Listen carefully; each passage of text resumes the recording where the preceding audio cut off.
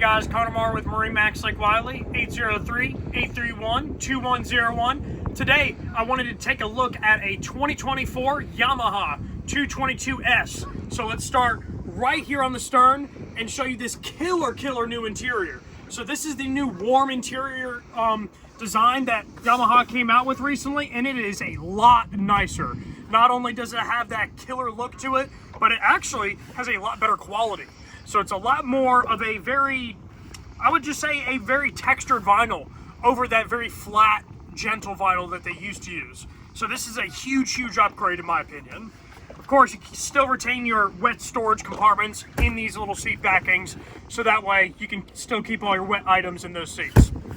But let's come on through further into the boat here. So of course, this being the S model, it is the, it does have a sports tower on board. Very large bimini top as well. As you can see, this goes from our windshield all the way to that stern seating right there. So gives us a ton of shade covering. Then of course, you got your signature Yamaha U-shaped seating back here in the stern. And then of course on the S model, you get the twin captain's chairs.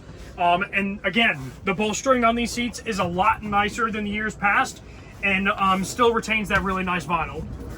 Then as we go over here to our helm, you will notice that we have our screen integrated in the dash off to the right-hand side. I will say that it does prevent a lot of glare with that new angle that they came out with, which is really nice. Then this one's also going to have the earliest model that will have your maps on your screen. Then aside from that, you do have some nice lighting features on this boat as well, such as tower lights, even underwater lights, dock lights, and really nice courtesy lights all the way around. Then as we go further up to the bow here, this boat also does come with your filler cushions for the bow. So you can actually have it as a full bench seat going all the way across, or you can fill this entire area in and have a very nice lounging place over here.